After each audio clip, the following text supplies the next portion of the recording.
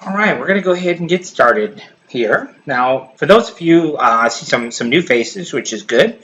Um, for those of you who haven't attended any of these sessions, all of these sessions are available as a live recording. If you go to our website and click on Rhinestone Design Shop here, what you can do here is in the search box up here, just type in Master, and that will take you to the live master class link here. It's the very first one, so it's a $49.99 investment. And these are all the different logos that you see over here. These are all the different things that we've created up to this point. So we started out with a baseball, and then we created something a little bit more intricate. And this design is obviously is an easy cut vinyl file, but a design that we took from a rhinestone design that we had seen online, and I just happened to like the particular shape of this apple and created a vinyl version of it. And then later on I actually stoned the whole thing. And then this was a customer supplied logo that we did, and we show you how to break that down and how we went about creating that.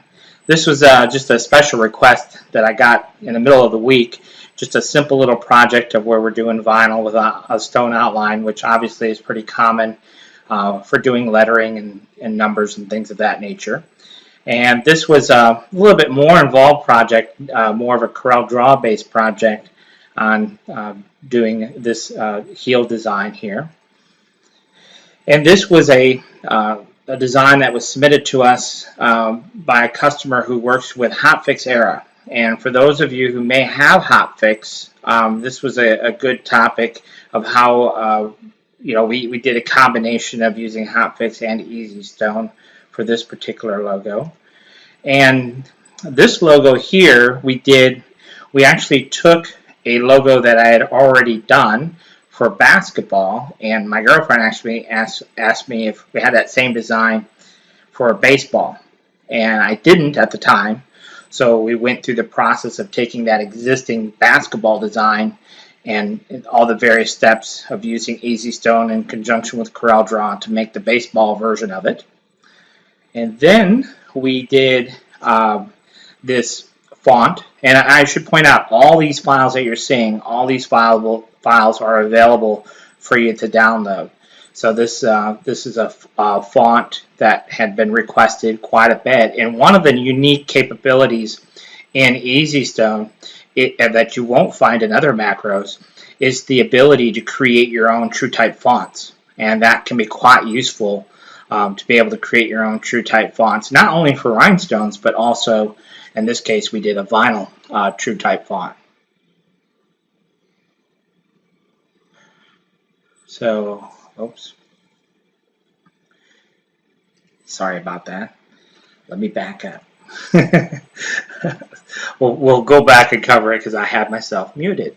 So I guess you guys can hear me now, those of you who said you couldn't hear me. Alright, so now I'm back live. Alright, so what I was saying here is if you go to our Rhinestone Design Shop and type in Master, that will take you to the live master class. Now for those of you who are in on this session that didn't have the opportunity to be in the previous sessions, kind of wanted to go through with you some of the different designs that we worked through. And so we left off here where we were talking about one of the unique aspects of Easy Stone that you won't find in other macros is the ability to create your own true type fonts. And this can be quite useful. In this case, we took quote unquote a stock font, and then what we did is we made this outline, and then we went through the process of actually creating it, putting it into a true type font. And this one here was another font that we worked through as well. And then this was just a basic little design I did. Design came in, and it just wanted to show you some basic editing functionality here in Easy Stone for getting these overlaps just right. And real simple little design, but it was a fun little useful design as well. This I actually have yet to complete. I have to complete this entire font. I promised you this entire font. It's one of my favorite fonts. It's called Bira. So it's B-I-R-A, and it's covered in the session 2, how we actually went about stoning this word, but I wanted to do the entire font for you. and I have done that part, but I need to get that finished. But if you want to go on, the different free font websites and what have you, and look for that font, it's called BIRA. Bira. It's one of my favorite script fonts. So I'll get that font finished up and get it uploaded for you. Another useful little font. This one is 5 stones high. So you can see that it's 5 stones high. And I just uploaded a new one, which we'll get to here in a second, that's 4 stones tall.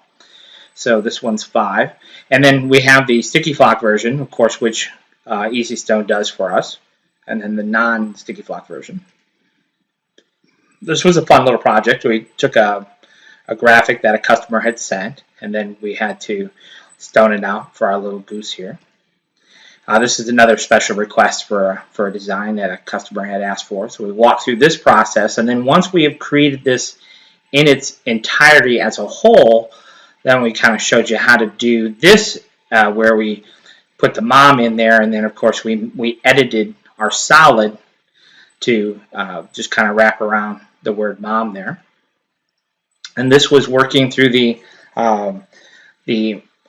island fill, different frame effects that we can create using the island fill function in Easy Stone. This design here was a design that we did where we talked about some specialized functionality in Easy Stone when you want to put stones on top of HTV. We actually have some functionality in Easy Stone where we don't have to weed every single circle. It's called Easy Weed. It's found, let's see here, where is Easy Weed? Now I got to think about it here. It is found on the Specialty tab, or the Editing tab rather, right there, Easy Weed function. And so anyhow, specialized function where we don't have to weed out every single circle. And of course we have to make a hole in our HTV so that our stones are actually sticking to the shirt and not sticking to the HTV, because they will fall off.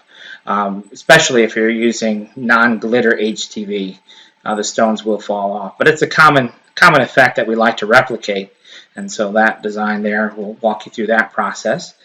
And then we did this larger knight head from a piece of artwork that a customer had sent. And then we did this little number set. And this little guy here we did from a little tiny microscopic image that a customer had sent. So we showed you how to use CorelDRAW to draw this out. And then of course we also did the rhinestone version of it as well.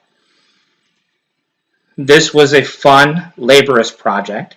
But we kind of walked you through. We didn't stone the whole thing throughout the session, but I just kind of showed you how I would approach a design. Again, this design was sent to us as a bitmap.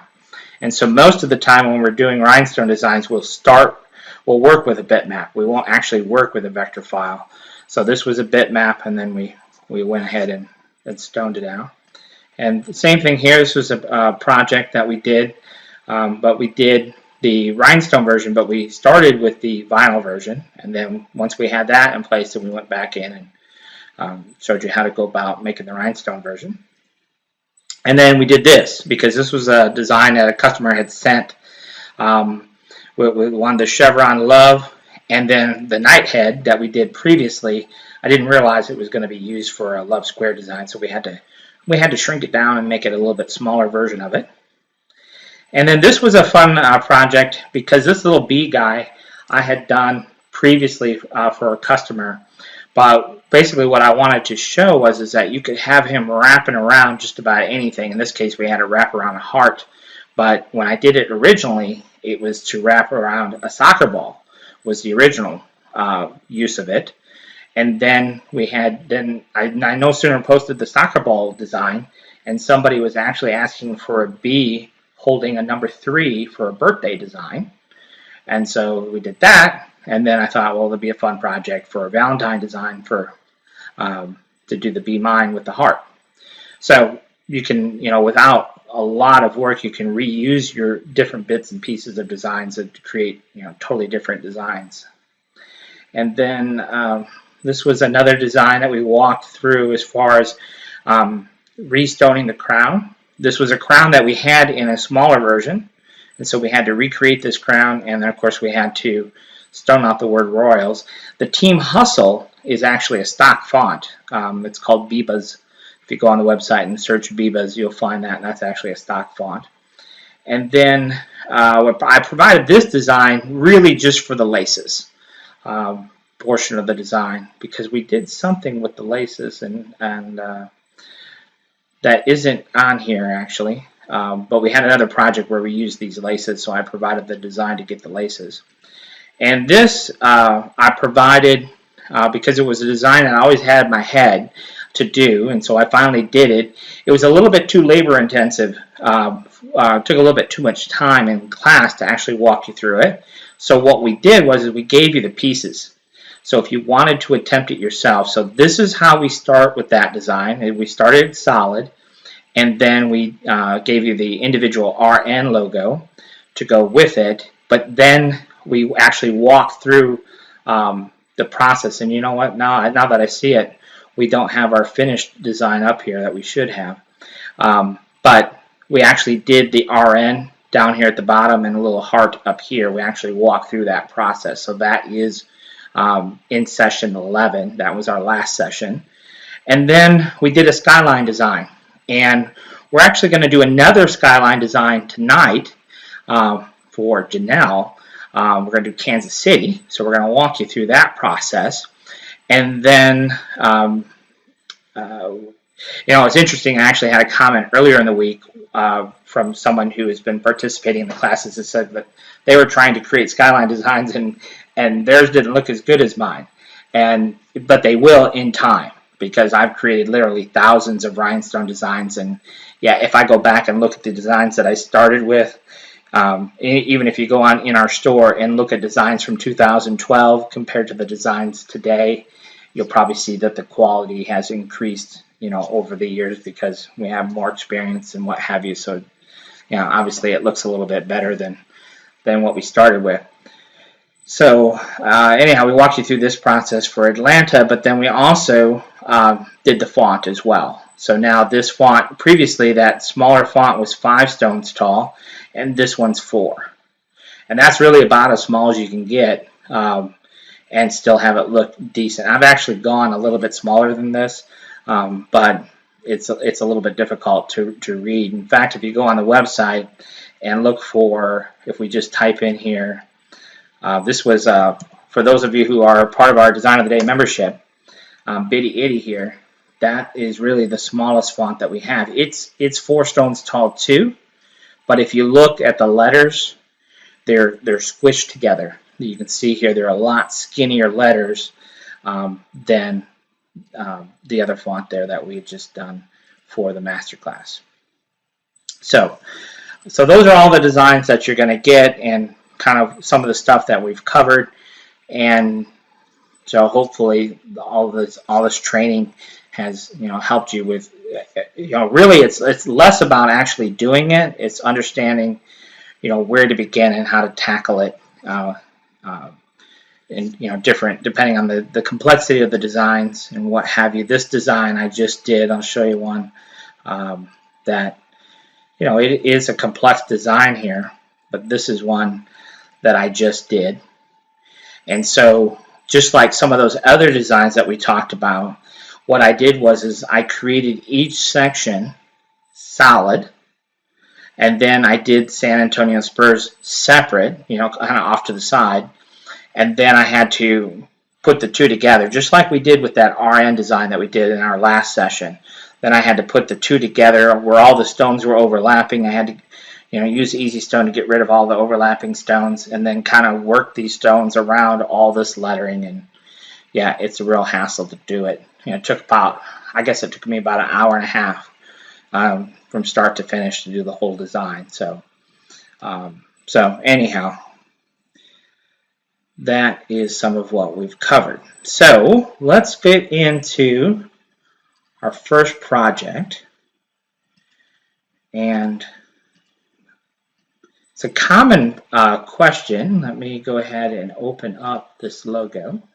And what we're going to do is we're going to take and walk you through the process of creating a watermark, so that when you're creating your designs here in Easy Stone, we have a watermark, and then actually setting that watermark up in EasyStone. It's one of those questions that we get a lot that people seem to struggle with just a bit. So for those of you who don't know, we have a new website. It's called snstransfers.com, where we're offering both spangle and now rhinestone design transfers.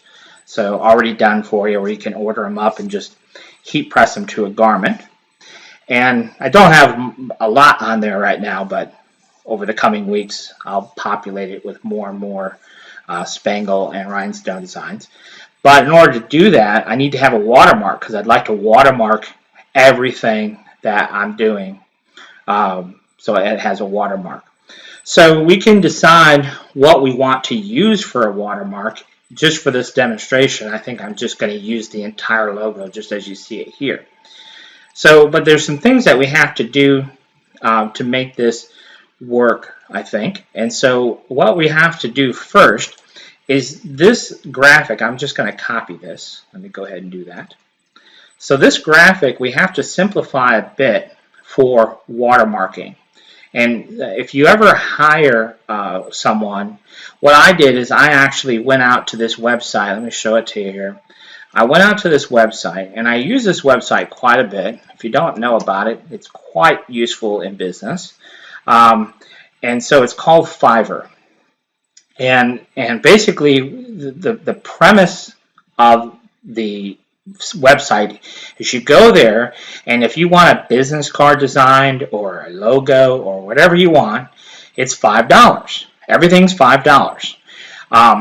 If you wanted a flash base, so think about this like a, I don't know if you know what Macromedia Flash is, but Flash is an animated software. So a lot of times you'll go to a website and they'll have this flash intro. It's kind of an animated intro of your logo spinning around or whatever the case might be. And that's usually done with Adobe Flash. And so anyhow, you can go on here and pretty much anything that you need to do, you can see there's t-shirt designs and what have you that they'll do for $5. And then on top of that, then, so like for example, if I just type in logo, if I want a logo done, it will show you all kinds of results. Well, it says I'll design your logo for $5. So if we click on this, yes, you get a logo done for $5. And but then there's all these add-ons. So if you want fast delivery, if you want it in a specific file format, and so on and so forth, every different vendor has different add-ons to it. So what I did was I went on to Fiverr, and because it's only $5, I went and hired like 6 people to create a logo. And so I had 6 people go out there and create a logo, and then honestly, I wasn't like completely thrilled with any of them, but what I did was I just took bits and pieces from a couple of different ones and brought it together and made my own logo. So anyhow, it's a good starting point if you want something like that and you don't want to spend a whole lot of time thinking about it, which I didn't. This is ultimately what I came up with by putting a couple things together for our logo. So anyhow, that should be useful to you just for some creative ideas.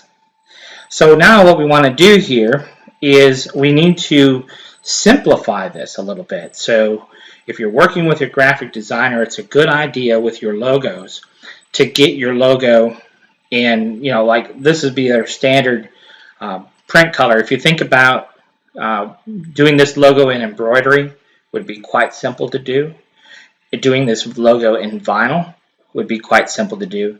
Doing this logo in screen printing, quite simple to do. Think about how you might use your logo, because a lot of times people will make the mistake of creating logos that don't convert well to other mediums that we're actually wanting the logo for.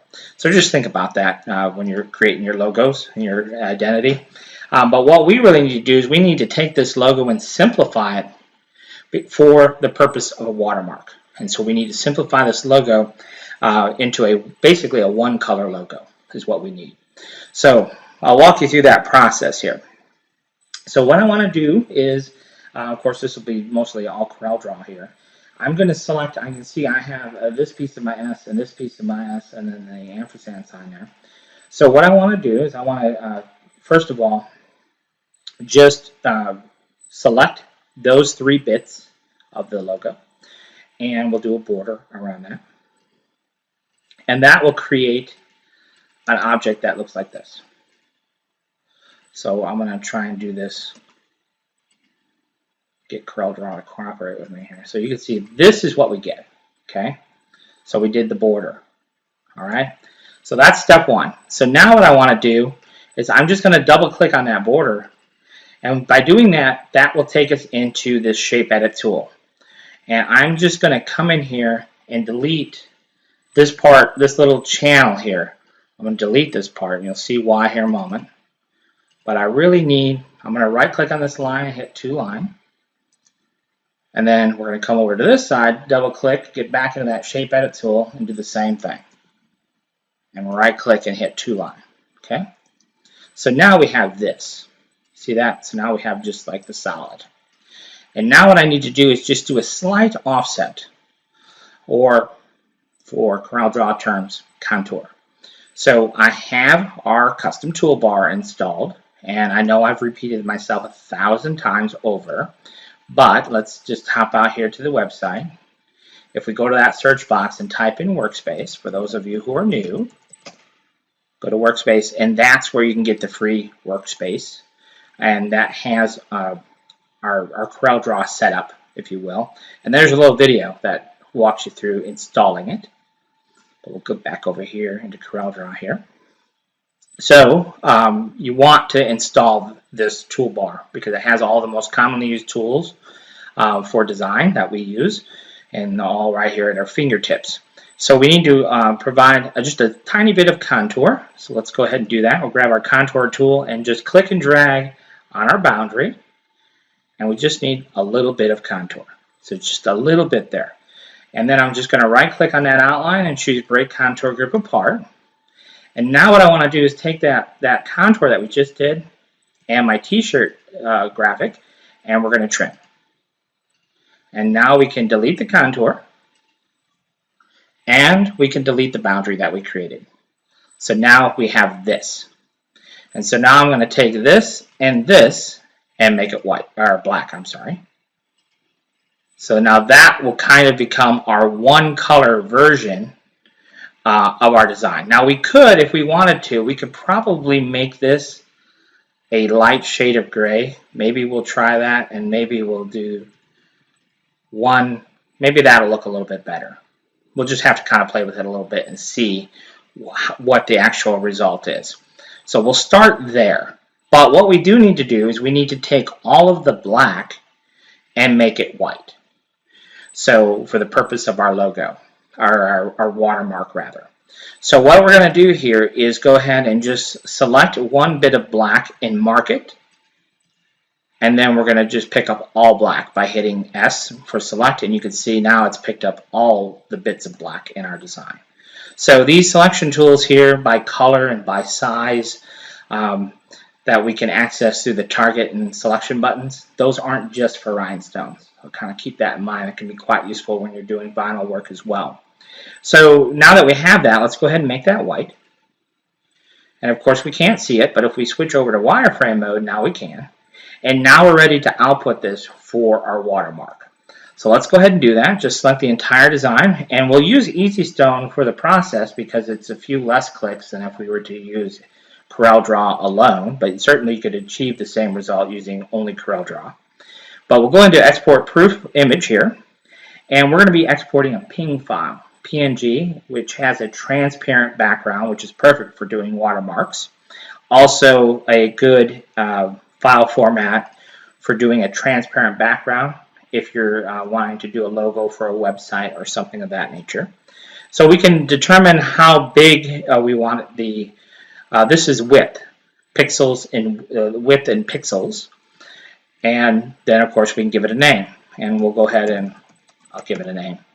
It's going to output to our desktop, and of course we can change that, and when we change that, it's saved, and that that new change will be the default the next time we go to export a proof image. But I usually dump everything to my desktop and then squirrel it away, you know, once I'm done working with a particular project.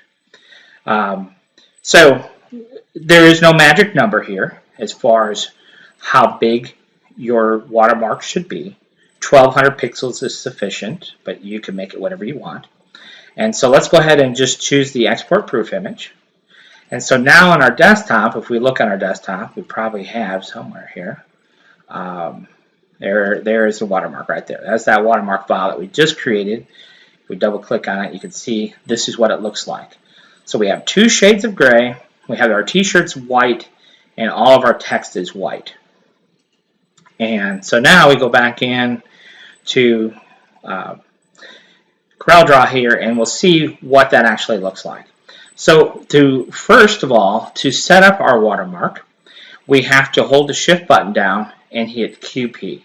This is quick proof where watermark is used, most commonly anyhow. So we can hit Shift QP, and that will bring up our watermark form where we can then define what we want to use for our watermark.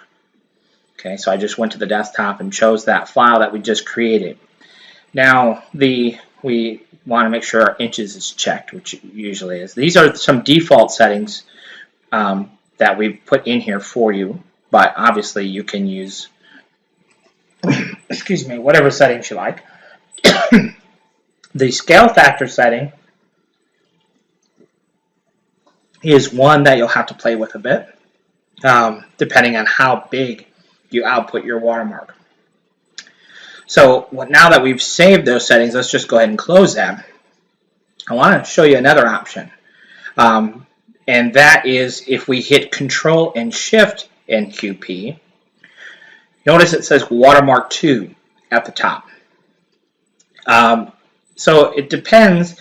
For me, I have 2 different websites. I have EasyStone templates where I'm creating designs that are specific for rhinestones, and then I have 2 other websites that are related to transfers. One is called easyspangle.com, which is just dealing with spangle transfers, and now the new website, SNS, which is spangles and stones, so snstransfers.com, where I want to create a proof that is more geared for the transfer side of the business. So that's why I have 2 different watermark options. So anyhow, the form is the same for both versions of the watermark, but we can set up 2 different watermarks. So if you have a need for that, let's just go ahead and drag out a box here. All right, I'll tell you what, let's do this. Let's just create a design of some kind. Let's just do a little design. This was a design I was working with my girlfriend the other day. She was trying to learn EasyStone, and when she describes what I do to her friends and what have you, she says that basically what he does is he puts circles on top of artwork, and she didn't realize until she actually sat down with EasyStone and CorelDRAW that, you know, there's actually a little bit of more work to it. So we'll just work through a quick little project, and then that'll give us something that we can post and then you guys can have. But it's a little project that I think is a good starter project for all people who are just starting with EasyStone. But we'll complicate it a little bit so it's not just basic. And what we're going to do is just create a little piece design. So let's go ahead and first of all draw a circle. So we're going to grab our ellipse tool here in CorelDRAW and hold down the Control key to constrain to a perfect circle. We're going to set that. Let's just do this for a little girl size shirt. So let's do 5 inches. I tell you what, let me think about this for a minute. Let's make it even more complicated. Let's do 4. We'll do 4 for the original. And then we'll come to the stone fill tab here. And let's do, let me change my library first of all. We're going to be using EST standard. Then let's go ahead and for the island fill, let's do 4 for the island fill. Let's set our stone color to crystal. And let's see here. For the stone fade, let's try 12 for the stone fade. And then I'm just going to right click on island fill.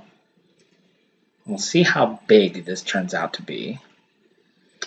Alright, so I see one thing here. We want to definitely, for our stone fade, definitely needs to be greater. So let's how wide is this? Let's see how big that design is, starting out with 4. Okay, that's about right. It's about right for kid size, but let's try a bigger. We're going to right click on BS to clear, and let's try a bigger stone fade. So let's go ahead and do 6 offsets. For the island fade, let's go ahead and do 1 millimeter, and for stone fade, let's try 20. And and you saw that earlier, that frame, that circle frame that I did. You have to play with these settings a bit because you'll get different types of results depending on what settings you have here. So let's try 20, and then right click because we want to go to the outside. The original circle is 4, so we'll right click. And so now we have something happen a little bit different, so we might as well talk about it as long as we're here. Because we did 20 offsets or 20 stone fades, what has happened here, because it couldn't reduce this number by more than 20, it created solid, and then this one's 20 less and this one's 20 less. So 20 was too much. So let's just come back in here. We'll just delete all of this, and we'll try it one last time here. So now we're getting, we'll usually get it. We'll do, I do like the fade of 1. That was good. But let's try, instead of 20, let's try 15. Maybe that'll be a better number. And yeah, I think that'll actually work out pretty good. So if we throw a weed box behind this now and take a look at it, go ahead and break those blend groups. You can kind of see what that looks like. So this will be kind of a cute design once we get done here. So let's go ahead and let's see here. This inside circle, I want to do something different here. So I told you I wanted to complicate this a little bit. And then we'll actually get to use our watermark design. So we're going to learn a little bit in the process in creating this design. And then once we're all done, we'll show you how to add the watermark that we just created. So for this circle, let's go ahead and I want to do something a little bit different here. I'm going to delete this circle in its entirety. So we're just going to hit delete there. And then we're going to take this next circle and we're going to break the stones from that circle. And we're going to offset this, but we're going to use a special function in EasyStone, which is our advanced offset function. So these stones that make up the frame currently, all of those stones are SS10s. And so we want to take that circle and go into our advanced offset options here. And we're going to go from 10 to 16. So there it is, 10 to 16. And when we click on create offset, it's going to offset to the inside. If we were to right click here, it would offset to the outside. So just kind of keep that in mind.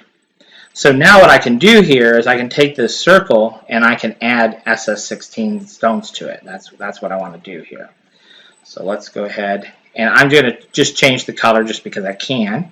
So we're going to right click on Capri Blue. That changes the color, stone color.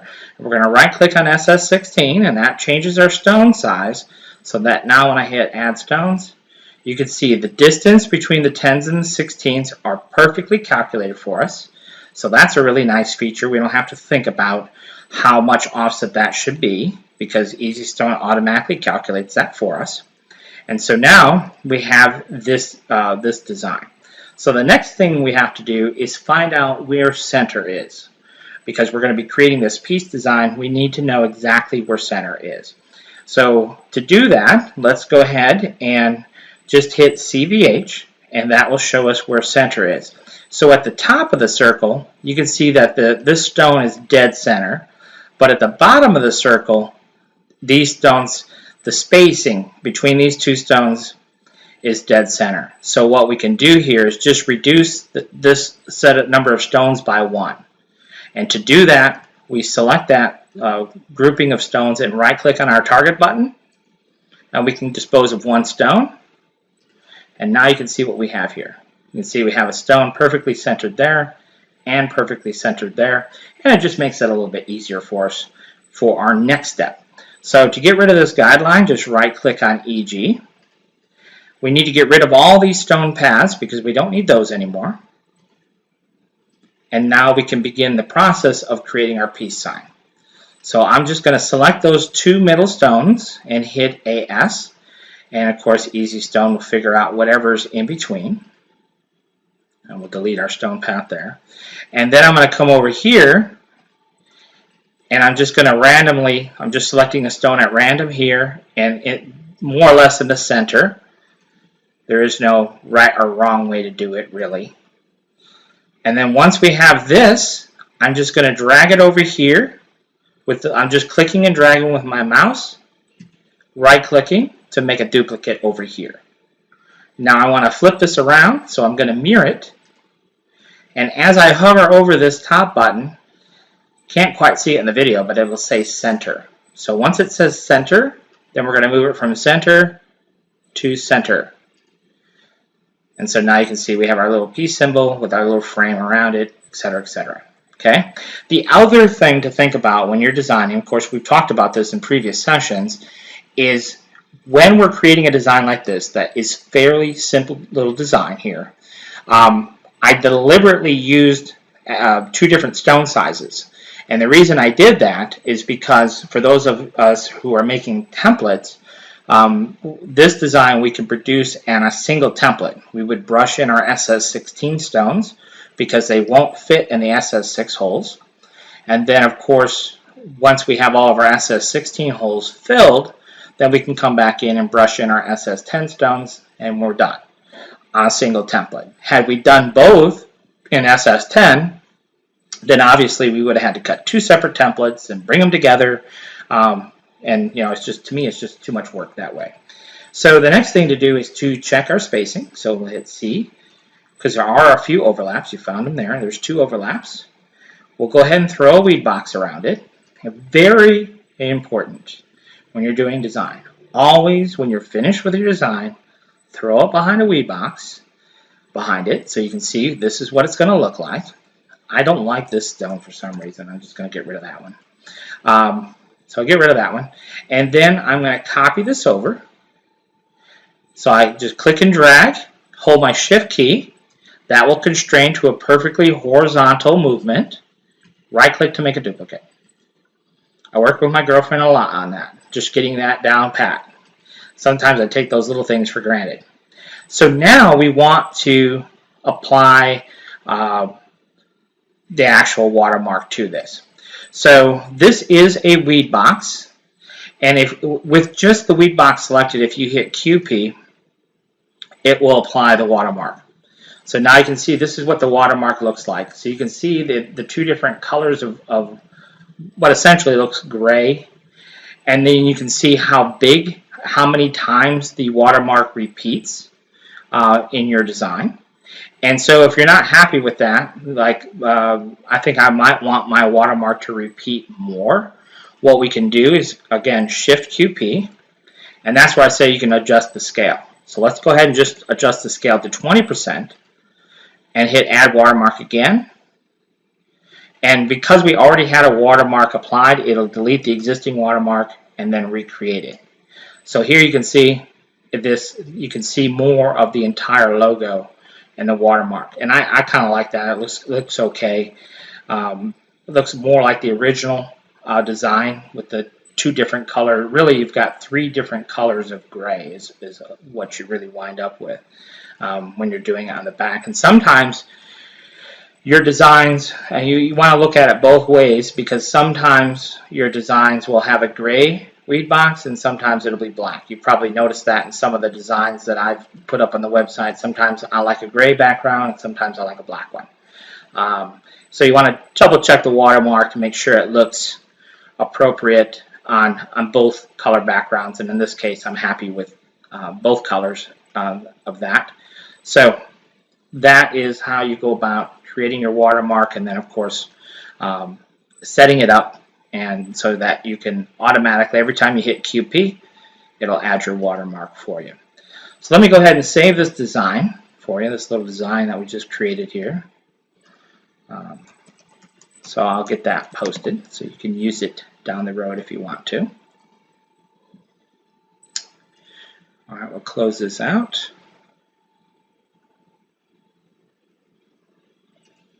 If I keep rambling on here, we won't have any time for questions. So as we're going through these things, if you have questions, I know some of you are brand new.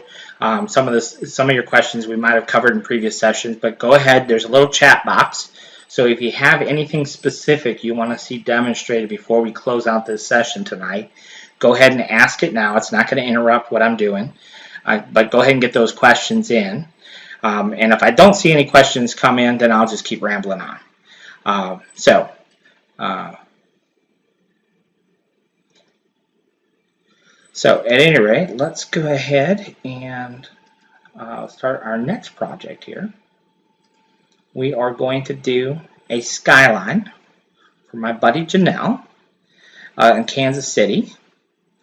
Janelle does Spangle Designs too, so if you're looking for, let's see, let's give a shout out to Janelle. Let's go over here to, her website is all right here, All Things L right there.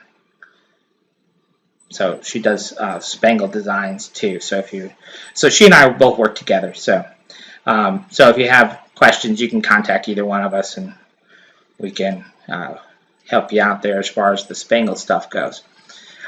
So let's see here. So anyhow, we want to do a Kansas City skyline. That's what we're after right here.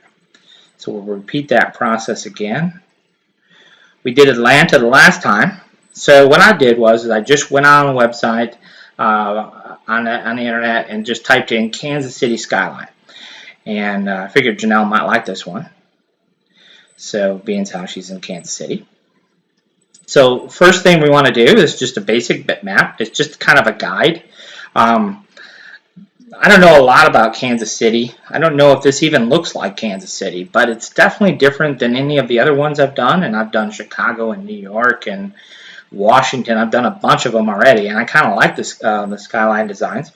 And really, this is the type of design that you can do and hit up all the gift shops in town, gas stations, consignment shops, you name it, different festivals and things like that.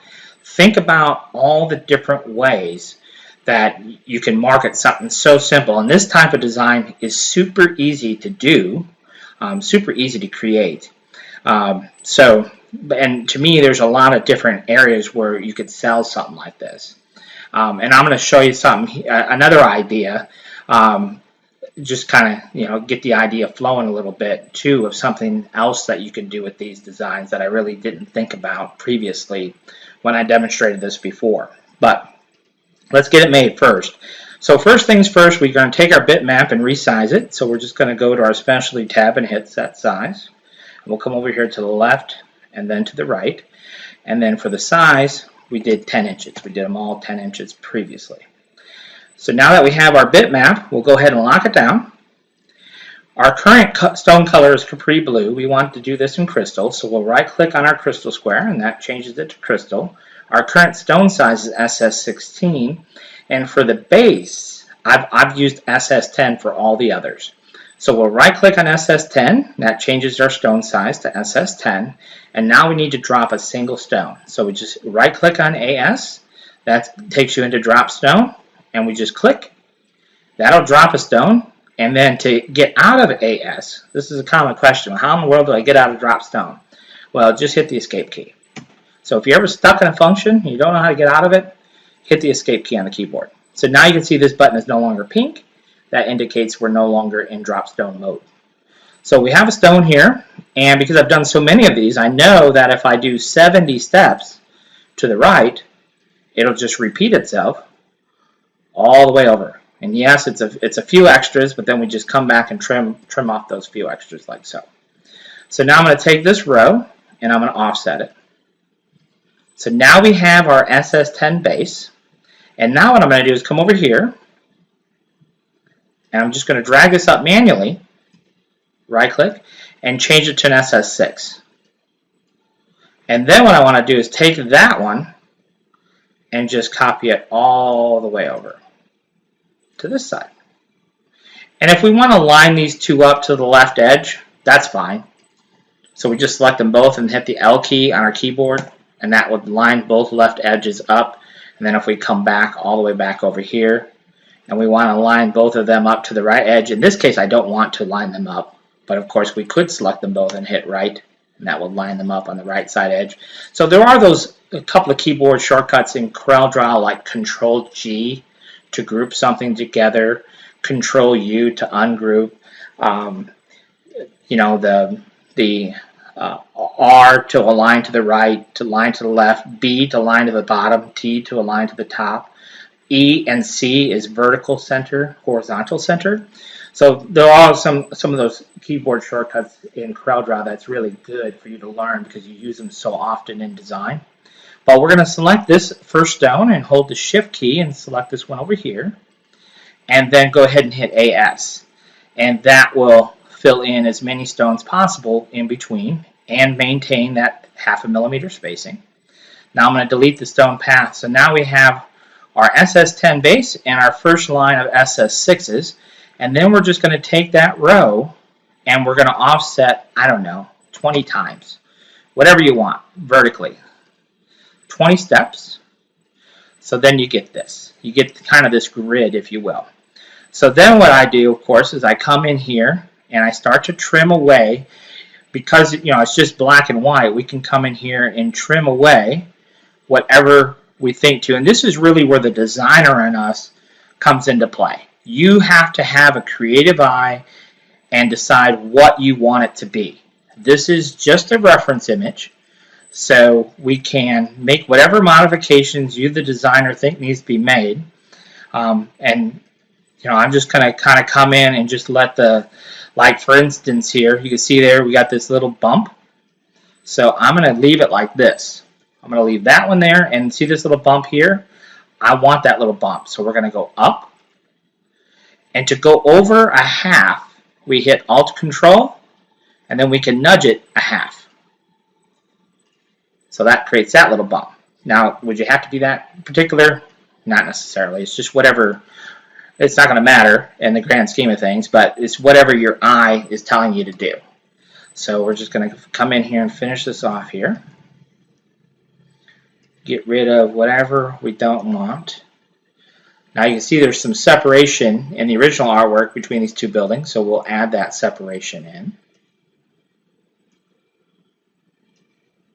Get rid of this.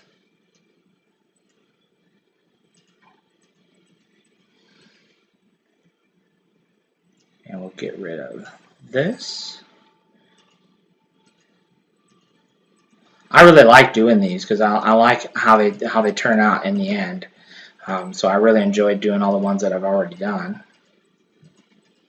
I think I've done, I don't know, at least a dozen for sure already. All the major cities, you know, like Las Vegas, and I don't even have them all on the website yet. But I did Chicago.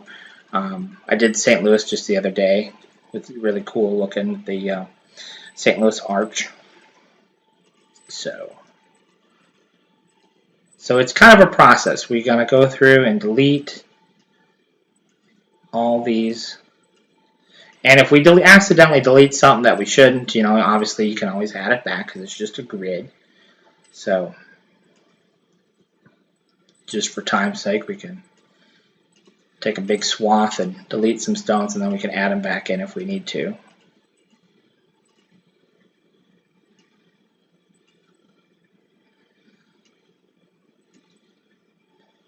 And the more you do, the quicker it will be for you. You'll know exactly where you're going with things. Alright. Alright. So now I can just kind of let my creativity go to work now. Let's see here. I guess I'm going to add a couple stones there. And we'll leave it at that. So let's just peel this away and take a look at this. Sometimes it's easier to see what you actually created once you've peeled it away and take a look at it. So this is where we're at up to this point here. Now, you can see it's not, it's not particularly exciting.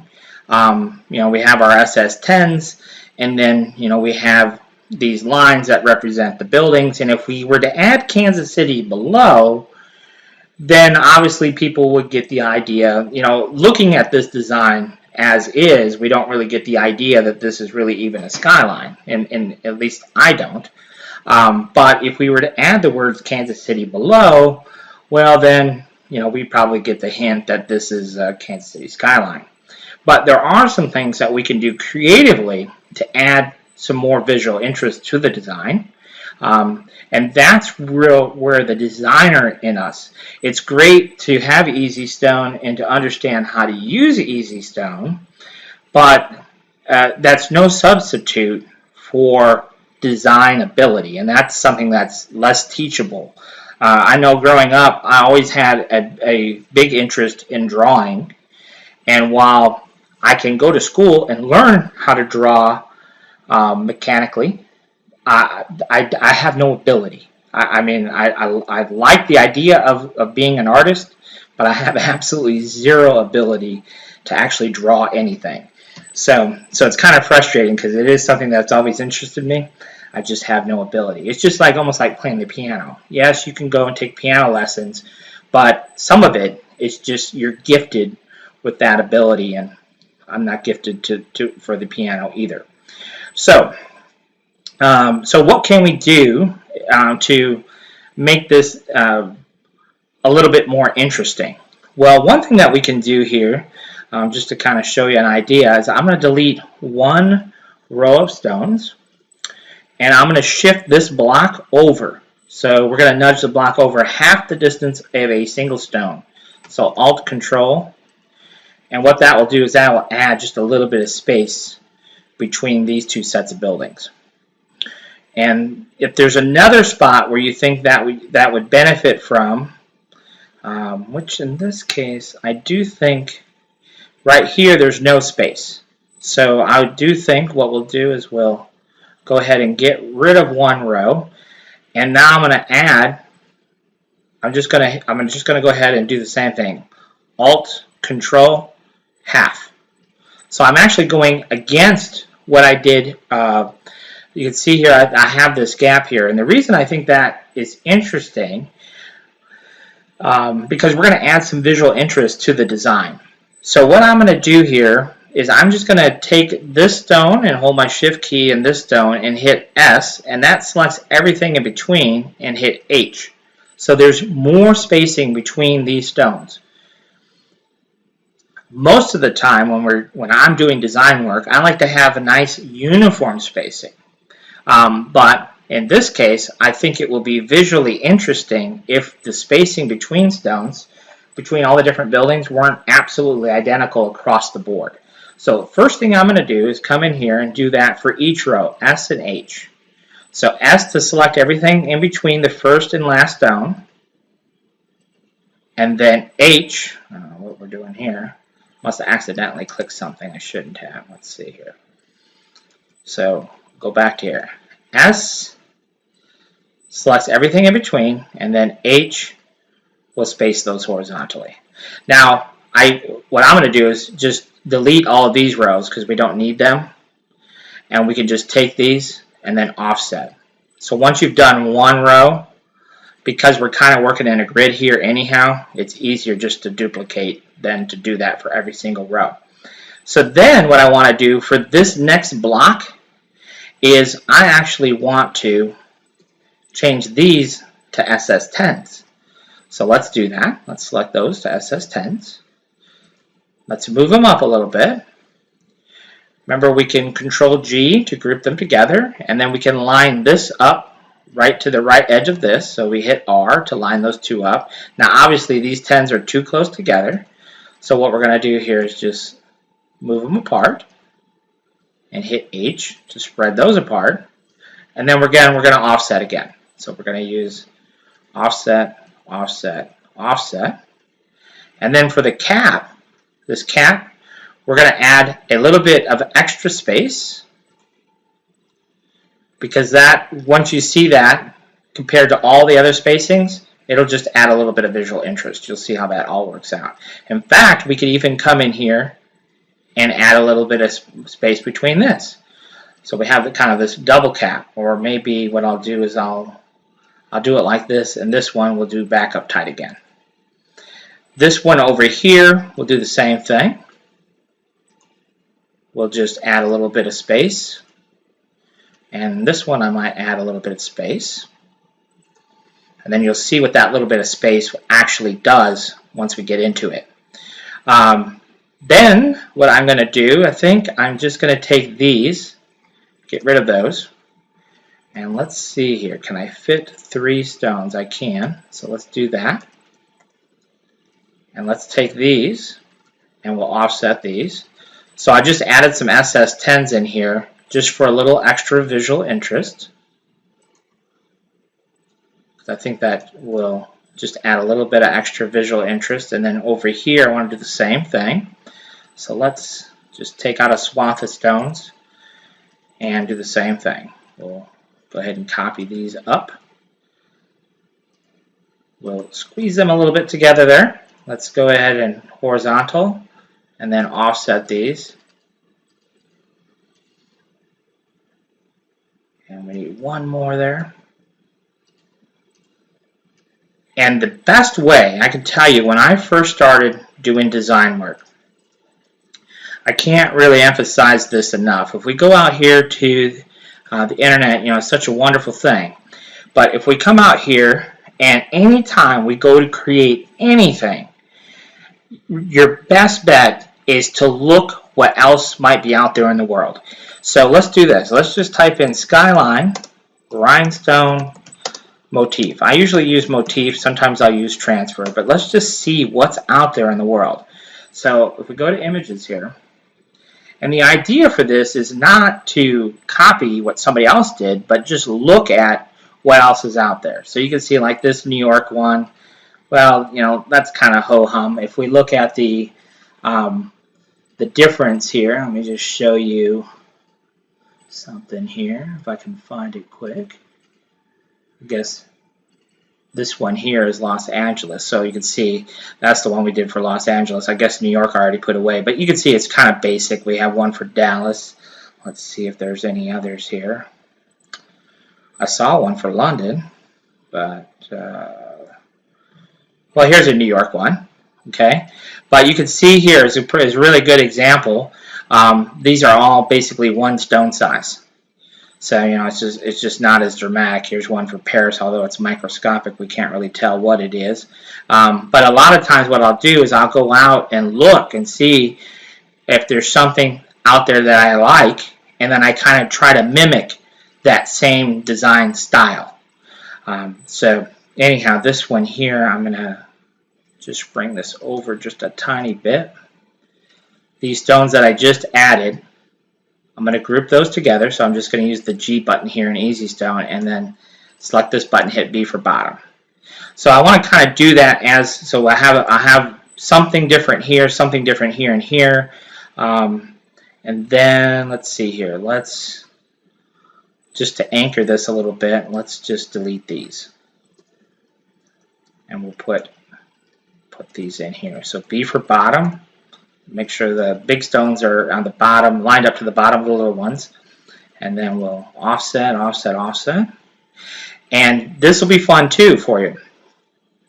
Why not add a little visual interest by spreading these out? So we'll go ahead and we'll just do one row and then copy the other ones over, right? So think about that. Think about adding vertical spacing difference between the different stones.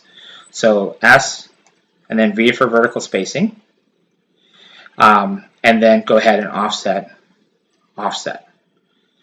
Now we may not like that much spacing, but it does add some visual interest too. So just kind of keep that in mind. And let's see here. I think I'm going to do the foundation of this in big stones. And so go ahead and move that up.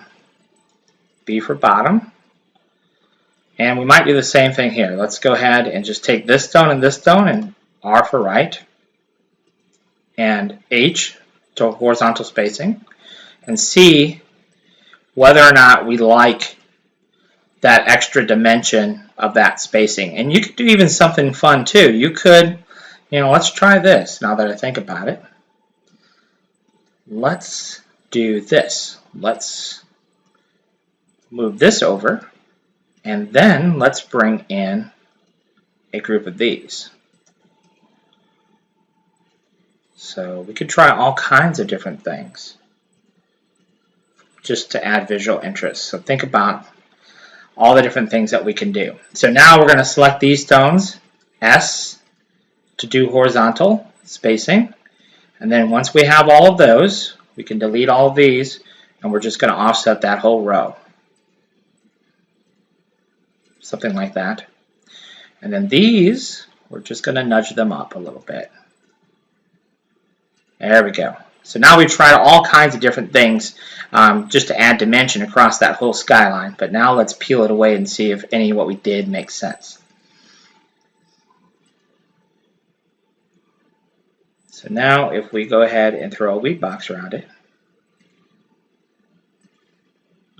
and I think it's pretty cool. I think that can work. Even though we have this different spacing over here, we have this different space. This could be like a parking deck or something, giving that kind of illusion. We have these little gaps, and I'm really picky, so I'll come back in here. I like the gap. I just don't like that much of one. So I might just come in here and just tweak it just a little bit. But anyhow, that is our finished Kansas City skyline. I'll be happy with that.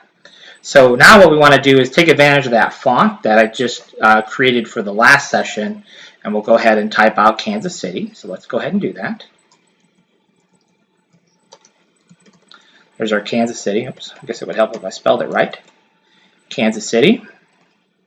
And then we can grab our shape tool here, and we can spread out the lettering. If we hold the Shift key when we use that shape tool, that will change the word spacing. See how the Kansas City, the word spacing changes, and now the lettering changes. So let's go ahead, and I think that'll actually work out all right. One thing to note about this super small font that we just created, it's about a 1/2 inch tall. So if we take our lettering here that we're using just as kind of a guide and make it a 1/2 inch tall, you can see it's really too wide. The character spacing is too wide. So usually I'll make the change to the regular font first. So you can see here, I want how wide do I want this in relation to the artwork, and I want as much character spacing really as I can get because I just like the look. So I might shorten up the word spacing holding my Shift key and make these words a little bit closer together just so I can increase my character spacing a little bit. But I do want the word Kansas City slightly smaller than the overall graphic. But now that I have this wording just roughed in, now we'll go into our font manager. We'll type in super small here in the filter, and that will take us right there to super small. Okay, so there's Kansas City, and now from here, I need to change the stone size. So we're going to choose 2.6 and hit resize font, and you can see how much bigger it got. It got quite a bit bigger. So now we can take advantage of some other functionality here in EasyStone to help us simplify this. Right now, each one of these circles within Kansas City is a separate circle. So what we need to do is we need to combine all those letters together. So that's where we'll go to the Font tab and choose Group Letters. I guess I have to use the right one. So let me go back here. I forgot I didn't have the most current one loaded, so we'll use an older one here, but now we can come in here and group our letters. And now that we have our letters grouped together, what that allows us to do is we can move one, and we need to change the spacing, basically, is what we need to do. So we'll move these letters closer together. And then when I hit H, what that's going to do initially is going to space all the letters equally apart. So we'll go do that again, get a little bit closer, and now I'm just going to move S and space these apart. So you can kind of see what's happening here. So I need to move those quite a bit closer together, and then the spacing between city I need to make similar to the character spacing between Kansas. And then if we move this over, we're still going to make it a little bit closer together. These, just whatever our eye tells us to do here. So we'll make this a little bit closer together too. The word spacing is about where I want it. It could be maybe just a little bit closer together. And I'll be happy with that. So let's go ahead and group this together. Now the skyline here, that's not grouped either. So let's group our skyline and select these both and hit C. C for center. And then we've got to change the color of these stones to be crystal.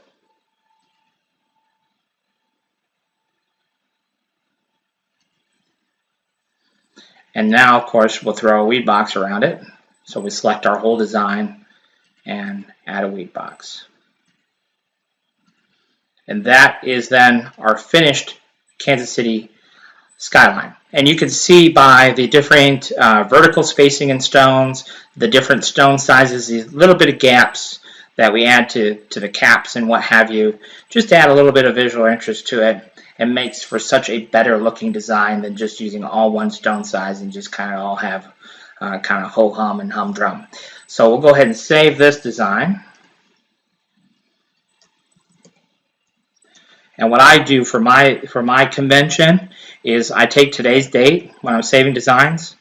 I take the initials of the business name, which in my case is EST, and then of course just the name of the design, Kansas City Skyline. So that's what I use for all of my. And hit save. And there we go. All right. So I have one last quickie project. Well, I don't know how quick it'll be, but one last project for you that has nothing to do with rhinestones. But they need to design like right now. So let me hop out to our website, show you what we're going to do, because it is a common question. I get a lot. I don't know if you guys do or not, but get a question where they see a particular design that they like, such as this, but they want this in vinyl. And so I don't have this exact design in vinyl, and they need it tonight. And so I thought, well, this might make for a good project because it's simple, relatively speaking, it's simple to create this in vinyl. So let's go ahead, and I'm just going to save this image so that we can bring it into CorelDRAW and just kind of use it as a reminder of what the heck it is we're going to create. So I'm going to create a slight variation of this design. So the first thing that I want to do, you should always do, is what do I already have? Now, if you're a Design of the Day member, you know, we're putting up designs every single day, and some of you have been Design of the Day members for years, so you've got all kinds of things ready at your disposal. So the first thing I'm going to do is I'm going to hop out here and see if I can't find something that perhaps I already have. So let me do this. Let's go to the website, and because we're doing vinyl, we need to look up EasyCut. So all of our vinyl files begin with EasyCut, and we'll type out baseball. And so if you're at home, and like I say, you're a Design of the Day member, go to the website, look to see, like, let's see here, EasyCuts. Maybe I have to add S. That's not giving me any better results.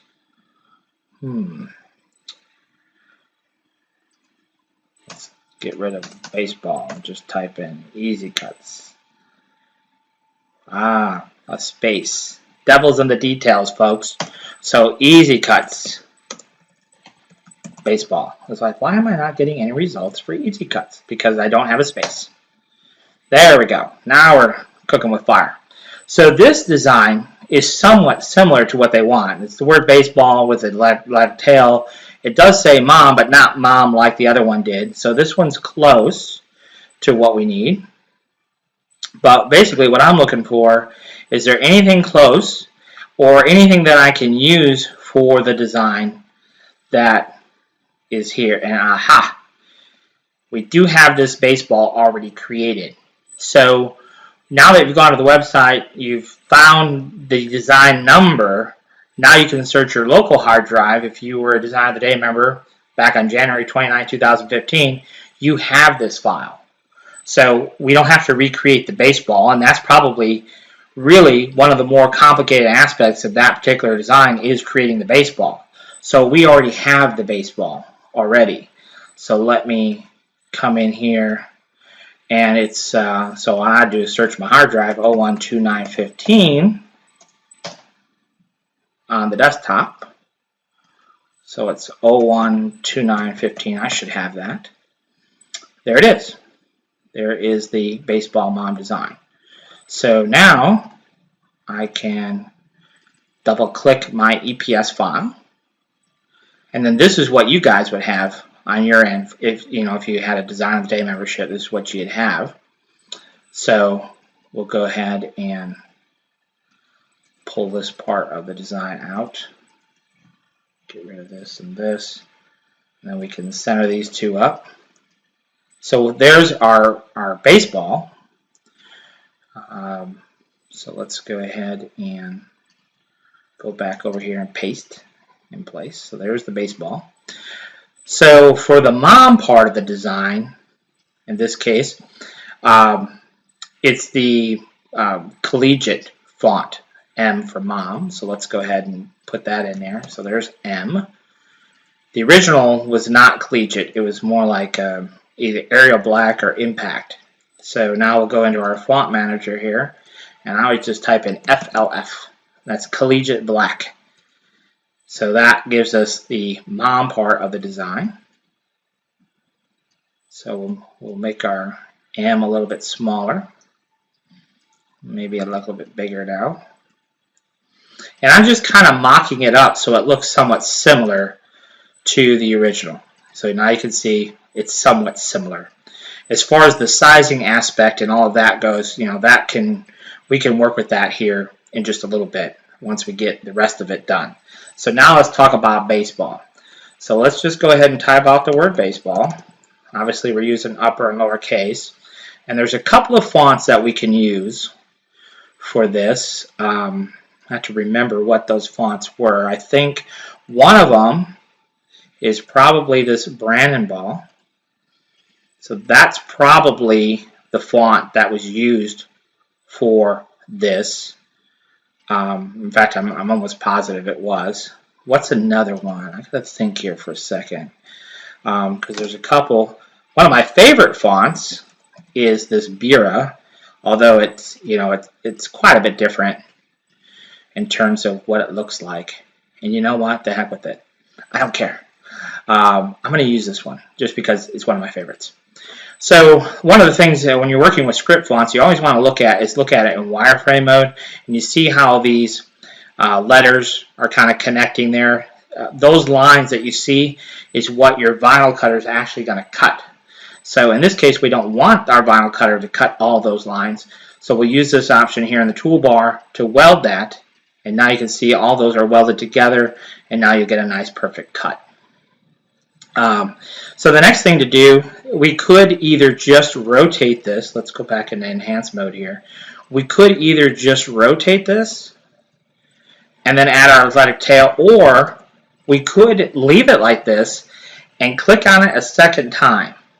When you click on it a second time, it allows you to rotate, but it also allows us to shear. So if we wanted these a little bit more straight up and down, we could do something like that. And that might look pretty good. And something a little bit different than the original, or we could have it go in the other direction, which I don't want. But I do want to straighten those up a little bit. And we could shear it vertically as well. So you can see, I kind of like the way that looks. So it's not exactly like the original, but it's somewhat similar. And of course, the sizing aspect of it, that we can change whenever we get all these pieces built, if you will. So now what we need to do is we need to add the athletic tail to the design. And if we go out here to the website, for those of you who don't know, let's just type in tail. And there is all kinds of tails available to us. Now this doesn't, you can see there's all kinds of different tails. There's these, and then of course all of these. You can see it is free to download. And this is provided to you in a TrueType font. And Tom over at Advanced T-Shirts here, he actually has these tails available on his website to download, but not as a font. And so you have individual tail files. Where here we can just come in here and we can type out A, B, C, D, E, F, G, H, I, J, K, whatever. We can just type out all of our uppercase letters. And then we can come over here to type in tail, and you can see there it is, athletic tails, advanced t-shirts, athletic tails. And now we can visually see all these different representations of tails. And so once we see which tail we want, like here, I think I'm going to use this one right here with the little hook down here. So now what we need to do then is choose the break apart text, and now we can delete all these. They're all individual tails now that are fully scalable and what have you, obviously. And then we can just go in and add our tail to it. So you can see it's very simple. So let's focus on this part of the tail, and I'm actually really happy. Don't have to modify this. This obviously we're going to have to modify that a little bit. If we go into wireframe mode, you can see how these things are all connected over here. In fact, let's get this away from our page so it doesn't make such a mess. But you can see there we have to fix that obviously. So we're going to do is select that and hit weld that together. And then we're going to double click, just like remember earlier when we were doing the S for the watermark, we double clicked on our shape that we want to modify, and that will take us, right now we're in our pick tool, but if we double click on our shape, it takes us into our shape edit tool. And then we can come in here, just kind of like we did previously with the watermark file, is we have to adjust these nodes to get them into shape, into exactly what we want it to look like. So here we can click on the node and we have these control handles. We can click and drag and wrap around and manipulate them. And once you play with them a little bit, you'll kind of see how they work, and then you can shape it into whatever we want. You can see we hardly did any work there at all, and we were able to make the necessary changes we needed to make. So now we've done baseball. Let's go ahead and set. You can see mom here is going to overlap baseball a little bit. So let's just reposition mom, resize it in relationship. Clearly it's too big right now. Where we want it, something like that. So mom is hanging over baseball a little bit, and so it looks more or less similar to what the original design did. So now what we can do here is come in here and resize the whole thing. So we select the whole design. It's currently at 9 inches. To fit on the front of a shirt, we want it to be 9.5 inches. So now this is true to life, true size, exactly what we're going to get. So now the next thing that I would do is go ahead, these M's, let's make them red. Let's bring those to the front, shift page up, and now you can see the M is on top of our baseball here. This baseball is basically going to be white. The ball is going to be white. I'm representing white with a light shade of gray. And then we have to add the outline to mom here. And so what I would do for that is just go ahead and use our outline tool. Let's go ahead and close this out. There's our outline tool. Let's try 8 points. Do you like that thickness? Do you not like that thickness? I'm going to try 6 points. So I'm going to need to open up my open pen dialog box, and we'll choose 6 points. And I prefer that a little bit better. So one of the things that you really want to focus on when you're doing your design work is not duplicating your efforts. So you can see here how this is kind of capped off here. I don't really care for that, and there's a couple of different ways where we can possibly fix it. One of the ways we can possibly fix it is just to do our node editing and go in there and fix it. If we were to do that, then we wouldn't want to duplicate our efforts over here. So as long as we're trying to teach you different concepts, let's pull this away and take a look at both options. So right now we have the letter M with an outline attached to it. If we look at it in wireframe, it doesn't really look like we have an outline. It looks like we just have an M. However, if we select our M and choose this option, which is Convert Outline to Object, now it looks slightly differently in wireframe mode. The middle line is the original M, and then we have the outline, which goes on both sides of our M. So the outline is sitting on top of our M. There is another option that I want to just illustrate the point to you, and that option is, when we go into the Outline Pen dialog box, there's an option here that is quite useful, and that is Behind Fill. So the M is the fill. So sometimes we want to apply the outline behind the fill, so we can choose that option there. Okay. Now notice that the outline is the same thickness on both M's, but because we pushed it behind the M, now you can see we can't see the other part of it. Now if we convert that to an outline, now you can see the M is sitting on top of the outline and covering up part of it. So depending on the type of trapping we want to use and other factors, what color we want to lay down first, do we want to lay down black first and then red, depends on the rest of the design. There's a lot of variables that go involved in creating exactly what you want to do, but I just wanted to illustrate that you have those couple of different options there.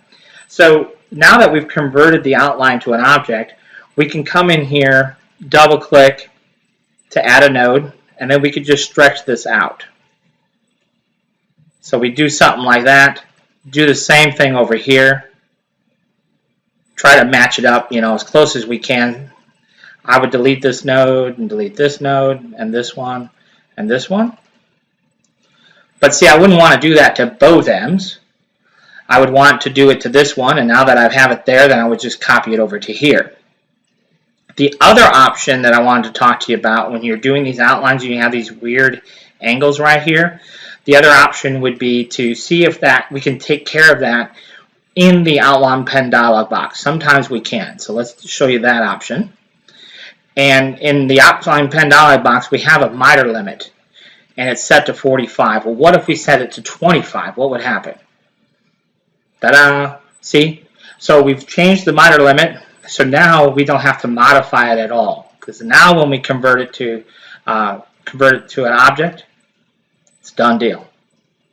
So in this design, here's what we're going to do. Now we're going to go ahead and get rid of this. We're going to take both parts, our outline and our M, bring it over here, and we're going to go from here to here. So we have two M's sitting on top of one another essentially, and now we're just going to select the whole thing and convert it to curves. Because these M's were actually text objects, not a vector object.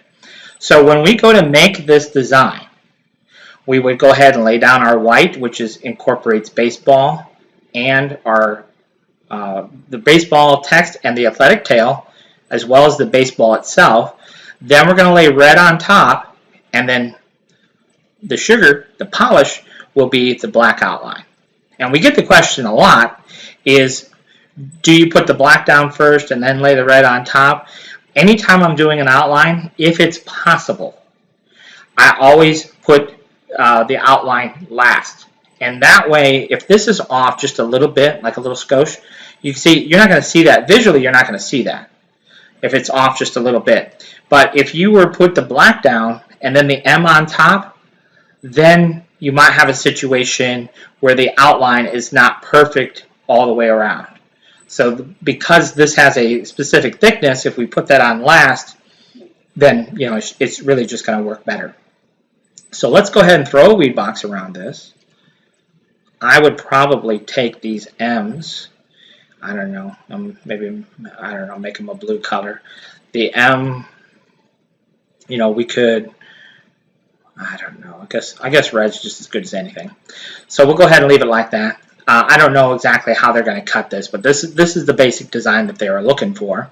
But if we do our color separations here, let's go ahead and do that by coming into our export vector file. We have the separate our vector shapes. So let's just go ahead and we'll export this out. So 042915-EST. Actually, this is an easy cut file, so I use easy cut and then baseball mom script. Okay, it will save the CorelDRAW file. We're going to export EPS SVG versions of it, and we're going to separate our different vector colors. And so when we hit export files, it'll go ahead and do our export for us and our color separations, of course. But what's nice is when EasyStone does those exports, it creates a weed box around each individual color to make it easier for weeding. It's just a 1/4" border around every color. So that is the completed design then. So that's all I have as far as the design goes. Let's see here. Now we have a question here. Had a good question. Very good question from Kathy. Kathy asked, in regards to rhinestone fonts, do they automatically go in the font manager? So it's a great question. So let's go into our font manager. The font manager is something that's obviously quite useful because we do a lot of work when we're doing rhinestone designs. We use a lot of fonts. Even vinyl designs, we use a lot of fonts. And so we spent a lot of time in the font manager. I could probably spend a whole day talking about all the functionality that exists in the font manager. And I really need to do an updated video of the font manager because there's so much functionality in here. But there is a couple of things we should talk about, at least in basic form. And first of all, at the top, we have a filter. So if we want a particular font name, we just need a few characters. So I know I like Bira, so I can just type in BI, and it's going to show us every font where the letters B and I are somewhere in the font. So you can see here, there's Bira. Okay, so it's not at the beginning of the font, it's anywhere in the font. So we can find, I just did super small, so we can just type in a few letters, and these are all the fonts that have SUP in the font name. If we want to do a new search, we can just clear the button. That's what that does. It just clears out this text field, and we can enter in a new search field. So the first tab is going to show us every single font that's installed in our system. The second tab is going to show us rhinestone fonts. Now, how is it that EasyStone is able to determine what is a rhinestone font and what is not? And the way it does that is by the prefix. So if we look at my list, let's see here. I guess I don't have, let's see here. I don't have many fonts installed apparently, but I do think I have some Stone Ranger fonts. Stone Ranger is Steve Grimes. You guys probably know him. He has different fonts. I'm sure I have some of his fonts installed in here. Another lady I know has a few fonts is Sue up in Canada. Countrythreads.ca is her website. And all of Sue's fonts begin with CT. There's another company out there that basically deals really, at least years ago, dealt strictly in fonts. Now they have designs as well, but rhinestone alphabets. So all of her fonts begin with RA. And of course, many of you are familiar with TRW, and all of their fonts begin with TRW. So if you're working with all these different fonts from all these different suppliers, the first thing, everyone who's making fonts, the prefix, they have their own prefix. TRW, Easy Stone, Rhinestone Templates, Rhinestone Alphabets, any of those fonts, if you installed them in your Windows Fonts folder, they should automatically appear for you. Now, Stone Ranger, which is Steve, I don't have his pre-built in to show up. So what we can do is we can type in our custom prefix, and his fonts begin with SR, and we hit Save Settings. And now if we switch tabs, we should see, aha, there's all of these Stone Ranger fonts. Okay, so if you're working with different vendors and they're not showing up, click on your custom prefix, and then we can add more. So we could add CT for country threads and so on and so forth. I don't think I have any fonts from any other vendor other than Steve and myself, but that's how you would do it. Just add a comma, add the prefix, and so on and so forth, and then all those fonts would show up for you in your font list as rhinestone fonts. And that's helpful because if we're, you don't want to have to search through a bazillion fonts. If you know what you want is to look for a rhinestone font. And then if we go over here to the favorites tab, this is quite useful because if there's a particular font that you find yourself using over and over again, whether it's a rhinestone font or not, you can add it to your favorites column. So here we might have 50 fonts in rhinestone fonts, but there's only 4 that I use all the time. Throw those in favorites and access them through this tab. Same thing with our vinyl fonts. We could go to the standard and look at all of our favorite fonts just from the vinyl side of things. Okay, so you got those couple options. Excuse me just one moment, I'll be right back.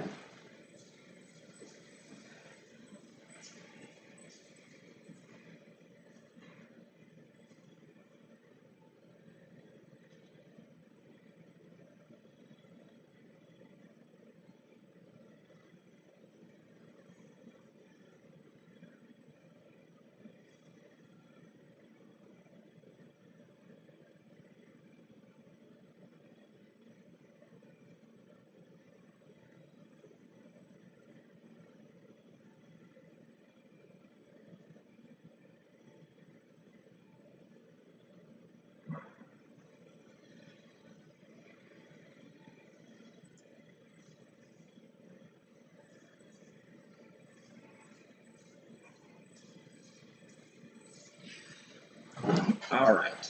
So anyhow, that's kind of the basics of what those different tabs are. Now, if we go to the next tab, which is our Easy Font, this is where we can create the individual weed boxes. If we're making a sticky flock font, we can create the individual weed boxes. And so the idea there is let's say, for example, I'm just going to type out football here, and we're going to go, let's go back over here to Font Finder, and we're going to do super. So we'll choose that font, choose our text, and then choose that font. And so now, here's our text here. But if I toggle the case, now you can see there's our sticky flock version. So uppercase is regular, and then we can toggle the case, and then so there's our uppercase, and lowercase is our sticky flock version. So all these weed boxes, that's what Easy Font does.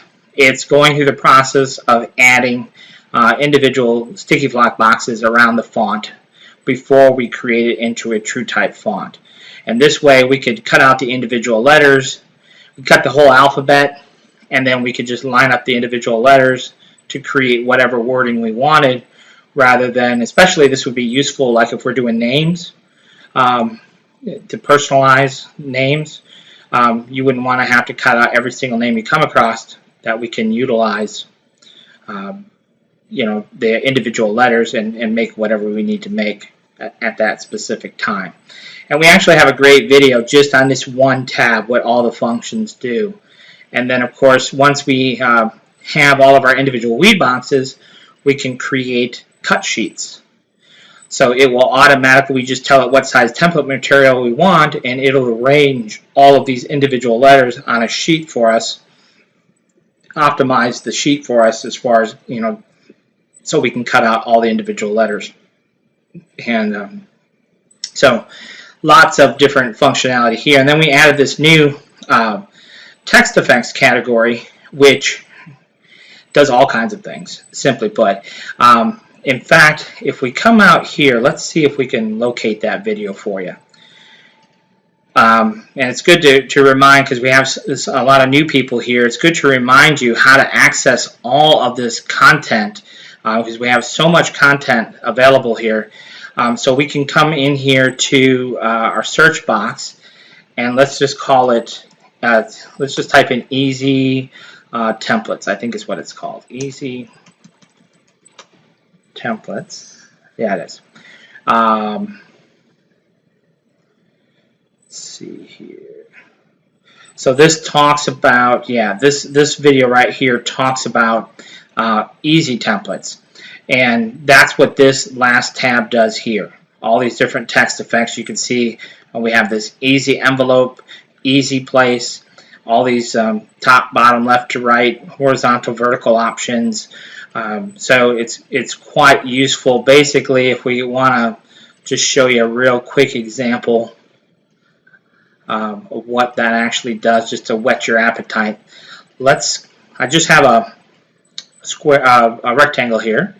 We're going to draw out an oval, and we're going to draw out another oval, and select all of those and hit C for center, and then we'll grab our Smart Fill tool and fill in the middle.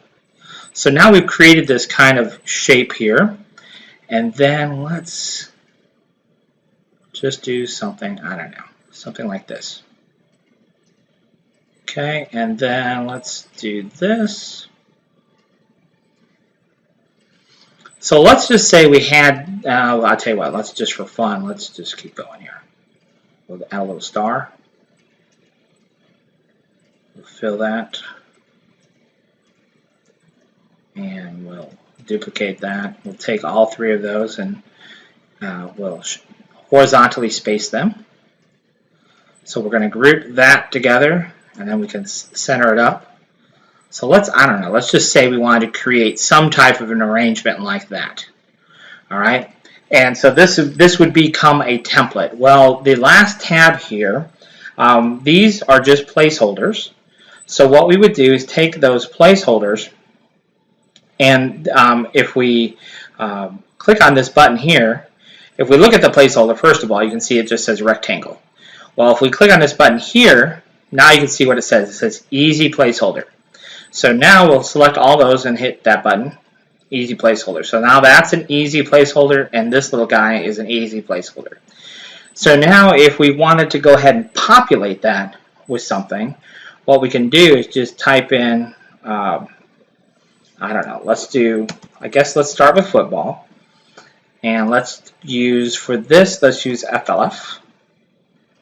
So you can see there is football. And for this, I don't know, let's just type in high school. I have no idea what I'm doing here, but we'll just type in high school, for example. But for the font, let's just use basic Arial for this. So there's Arial. And let's go ahead and grab our shape tool. Let's add some character spacing between high school. So we have something like that, and then we'll add some additional word spacing, and then we'll add character spacing, and then character spacing. All right, so we'll do something like that. Now for high school here, what we're going to actually do is convert that to not be text, just to show you some different options here. And for the top part here, I don't know, let's just type in a different word. Let's go with Titans or something like that. Okay, So now what we can do for the easy envelope functionality, we can just click on Titans and our box, and now if we choose our easy envelope, see it fits it right in to fit that. And then football, we can use easy envelope again, and then for high school, we can do the last one here, and again, easy envelope, and you can see, so it creates that type of design.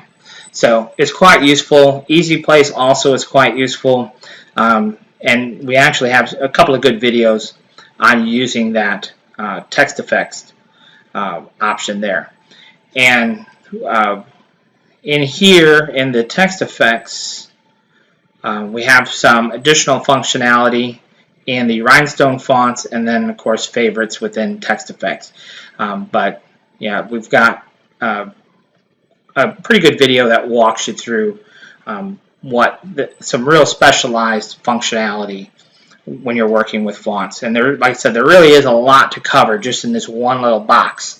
So it's really quite useful with all the things you can do with it. And we will have some additional more in-depth videos on how that font manager and all the different options, because there's just so much functionality built into there. So let's go ahead. Any other questions that you have for me? As long as we're here, we can get covered for you.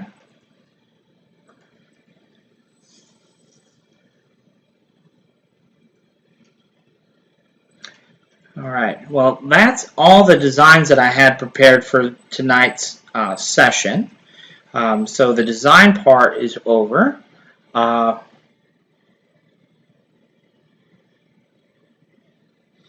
3.2 is coming out. I tell you, I'm a little frustrated because we made a few changes of the way EasyStone works, and the changes we made had a real ripple effect with all kinds of functions that we really didn't plan on, and have been I don't do much of the day-to-day development work myself. I have one full-time employee and one part-time employee that does the development part.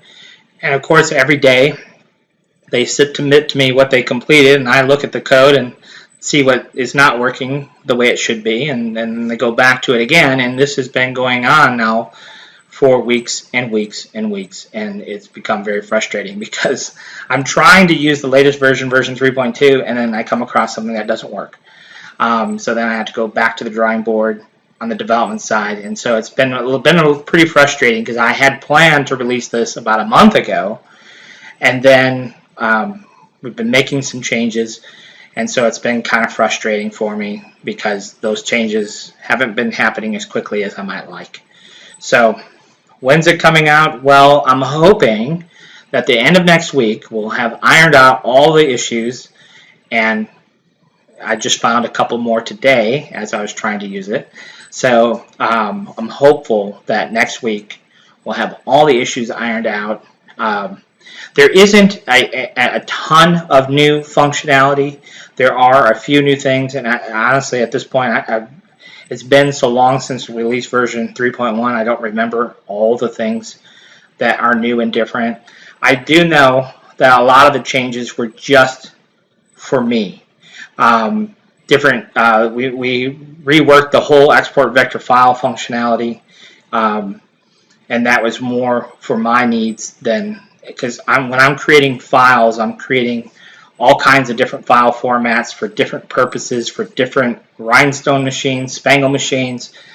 So we spent a great deal of time on the export vector file. We do have a new convert design tool that has some new functionality that will be useful for us.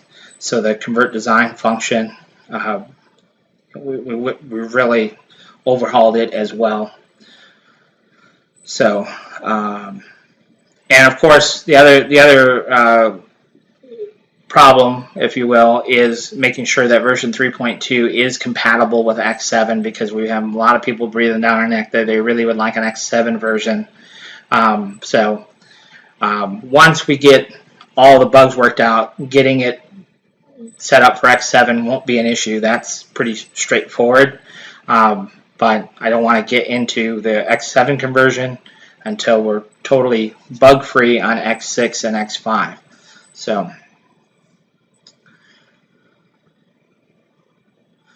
all right.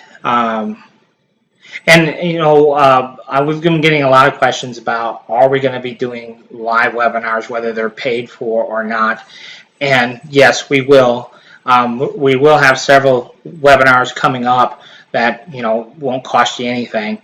The purpose of these 12 sessions was really just to throw everything out there, and give you as much information as I could, where if you're really serious about design and making the best quality designs, you know, we covered a lot of territory, and honestly, there's a lot more territory to cover if I'm being real. But I don't want to commit myself to too much. I committed myself to 12 two-hour sessions, so we've had 24 hours of work together. But there's really a lot more that we could cover. But really, now you should have a pretty good overview if you go back through all those sessions and try to work through some of those logos, and then take all of those skills from those projects and into your own, and see, you know, how much better your designs look, or how much easier they are to create now that you have a little bit better understanding. Because sometimes those really complicated designs, you have no idea where to begin. And you know, the most important thing is that you start somewhere. And so now hopefully you have a better idea of, you know, where to begin.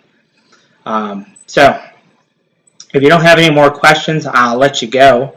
I'll get all these designs posted for you that we created tonight. Those 3 designs that we created, get those posted, and I'll make sure we get everybody set up for the recordings. And like I said, what I'll do is I'll send out an email to everyone who registered. I'll also make an announcement both on my Facebook page and in the Facebook group, the Black Sheep Stoners, both when the download files are available for the videos. So you can download the videos to your local computer, you know, save them off on a hard drive or whatever, so that you don't have to access them through YouTube. I'll leave them on YouTube, and make sure everybody's YouTube account has been added to the video so you can watch them, because they are set to private. But you'll also be able to download those videos directly to your computer, so you can watch them offline or whatever. So any questions? If you think of a project, even an individual project or an individual topic, something specific that you want to see demonstrated, go ahead and send me an email or send me a Facebook message, or make a post on the group, whatever the case is, because we're excited about making videos.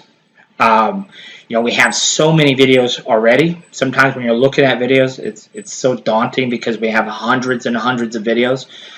So sometimes we might have a video that will already describe exactly what you're asking about.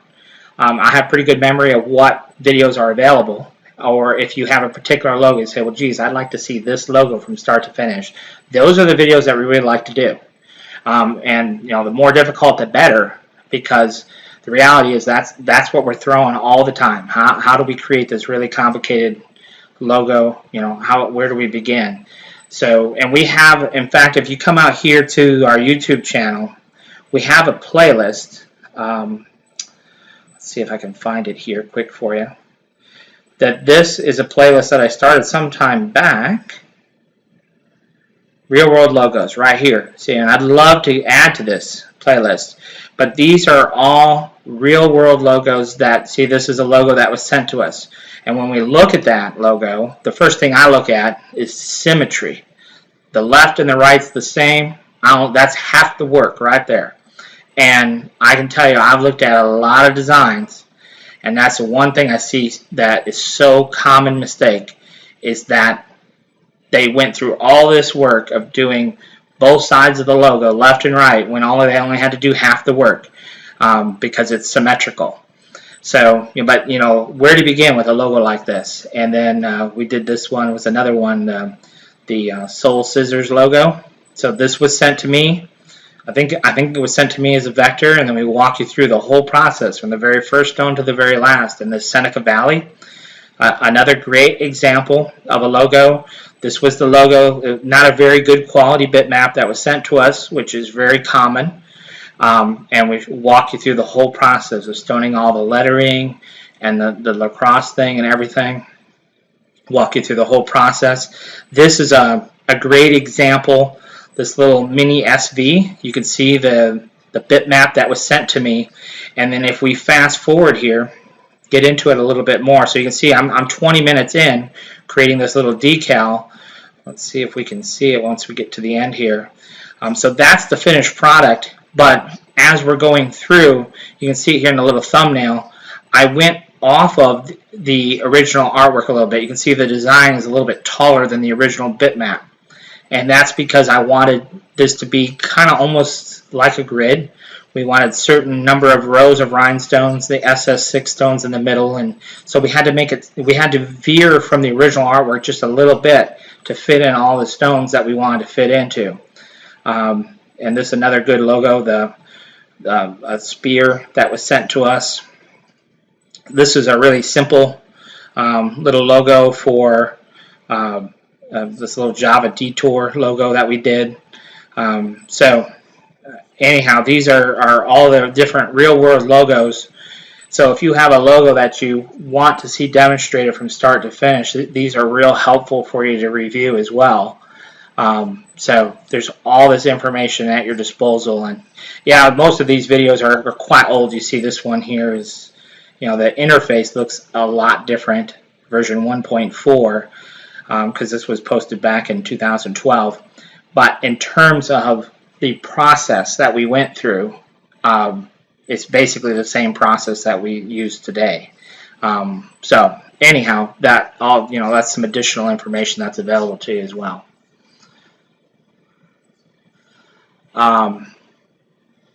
And Sue, it's not letting you download the private videos. I'll have to double check and make sure I have you added to the videos to review them. There is a playlist. Let's see, I should show you that. There is a playlist. Let me find it here. Let's see, let's go back to our YouTube channel. So there is a playlist right here. It's Easy Stone Masterclass playlist. Now these videos are set to private, but anyhow, this is the playlist, and I'll make sure that if for some reason you're not able to access these videos, you can see session 2 is not on here because for some reason YouTube wouldn't let me upload session 2. So session 2 is available on the website for download, and I'll post a link in my Facebook group where to find that, because a lot of people have been asking about session 2. So I'll post a link because that is a free session as well. But then all these, you see 3, 4, 5, 6, 7, 8, 9, 10, the recording itself actually screwed up. 11, I just haven't uploaded yet. And of course 12, I'll get uploaded. So we'll have all these sessions available. So if you're not able to view any of these, let me know, and I'll double check to make sure that your YouTube account has been added. In order to add your YouTube account, I just need the email address associated with your YouTube account. So it wouldn't hurt to go, if you're not able to access it, drop me a line and send me that email address. I don't need your password or anything like that, just the email address that is associated with your YouTube account, and then I can get you added to any of these videos that you might be locked out of. But like I said, hopefully within the next week or so, I'll have all these sessions available on Google Drive for you to download and to your local computer, so you can watch them offline as well. So, any other questions before I let you go? All right, well, if you think of something down the road that, like I said, would make good for a good webinar, what have you, feel free to give us a message, because we'd like to do more of these, but obviously I don't want to cover topics that aren't of interest. So if you think of a design that, hey, I'd like to know how you create this design, or whatever the case might be, shoot it over to us as an idea for a live webinar, and then hopefully we can consider that down the road. So looks like we're about up on time anyhow. So again, I appreciate you guys hanging in there.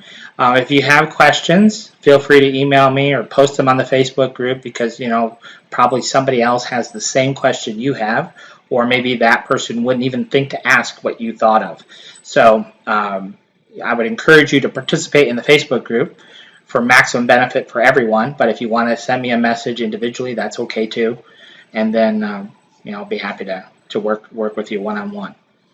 Thanks for watching, and I'll get this posted hopefully later this evening for you so you can watch it. And then I will make up session 10. We covered a couple of different topics in session 10, and because that recording didn't take, I have to re-record that session, but then I'll get that added to the live recordings as well.